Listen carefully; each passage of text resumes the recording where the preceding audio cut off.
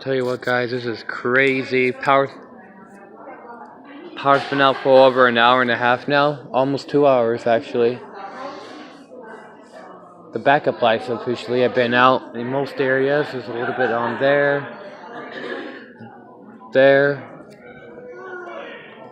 but it's officially dark in Walmart, and it is scary.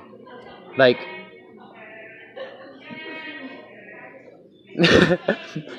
very scary back here, man. That light's having problems.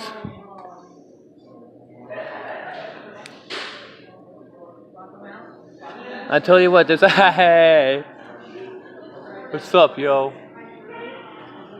Boy Levi in the house, and I look scary. Oh my god. Yeah. Oh. Just a little video is all. Okay, not in the store, you can't. Alright, sorry.